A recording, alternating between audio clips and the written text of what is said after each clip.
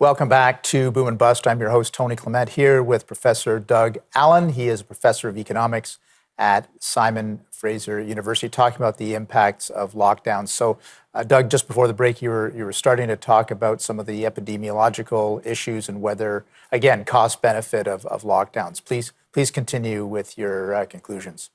Yeah, I think if there's one really big lesson that we can take out of this whole episode, it's that we should be very skeptical of this. Anytime anybody starts to talk about the science as if this is some sort of monolithic thing, and we should be very skeptical of people who use mathematics as a rhetorical device to sort of end discussions.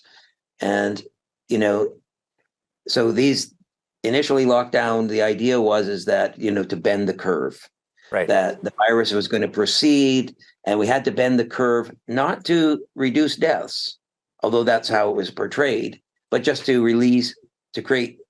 remove pressure on the hospital system.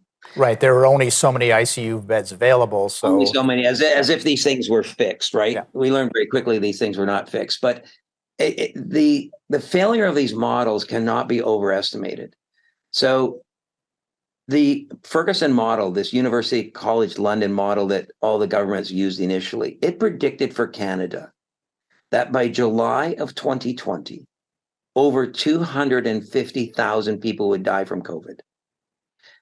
That's in a 3-month period. It predicted that if we had 100% lockdown, if every single person stayed in their home, never left, that there would still be 130,000 deaths. It turned out that there was around 9,000 deaths. That is such a dramatic refutation of those models that we should have at that point said, throw them away, stop using them. They're completely false. And yet we just repeatedly used them over and over again. Now, we knew almost immediately, anybody that was sort of familiar with models and human behavior knew what the problems were. The problems were, one, the parameters of these models were all wrong. The infection, the fatality rate that it assumed that if somebody got infected, how many people what would be the probability they would die? We knew very quickly that was false, overestimated. We knew the reproduction number that was used in these models was wrong. It was assumed to be fixed. It's not fixed. It changes all the time. It was too high. But the number one fundamental problem with these models is that they treat human beings like rocks. There's a virus around. It's dangerous. And what do human beings do? They just behave as they normally would. They don't respond. There's no behavioral response. And for an economist, this is just a red flag immediately. Right. You don't treat human beings as if they never respond to the environment that they're in.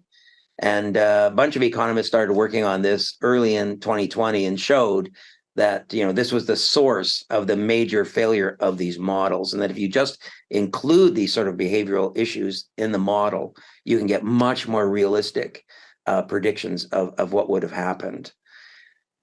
Now, all of these things, the other thing to know, you can, on March 20th of 2020, that's only 9 days after the pandemic's declared, there's an op-ed in the New York Times by an epidemiologist who's gone through all of the data and is sort of saying, hey, you know what, this is going to be okay.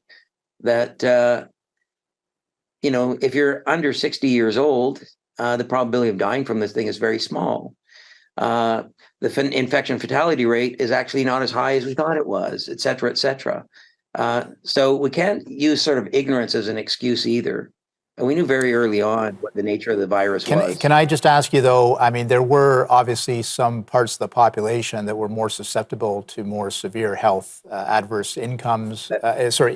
outputs, including the seniors and those with comorbidities. So you're not dismissing that as an issue, I'm assuming. No, not at all. So what I'm saying is this epidemiologist in March of 2020 was saying it's not like everybody has the same probability of dying. That the chance of dying if you're 70 years old is 1,000 times greater than if you're 20 years old. And this is this age profile of the infection fatality rate. What that means, though, is that the way you should behave towards the virus is have a very targeted policy, right? You should be trying to protect the most vulnerable, the ones that are immunocompromised, the ones that have all these comorbidities, the ones that are older. The idea of locking down a healthy 20-year-old to a virus that has almost no impact on them it goes against every public health bits of knowledge that we've had for 100 years. Yeah, I know it's interesting. Obviously, I think you're right that now the evidence is that it had a very specific impact on specific people.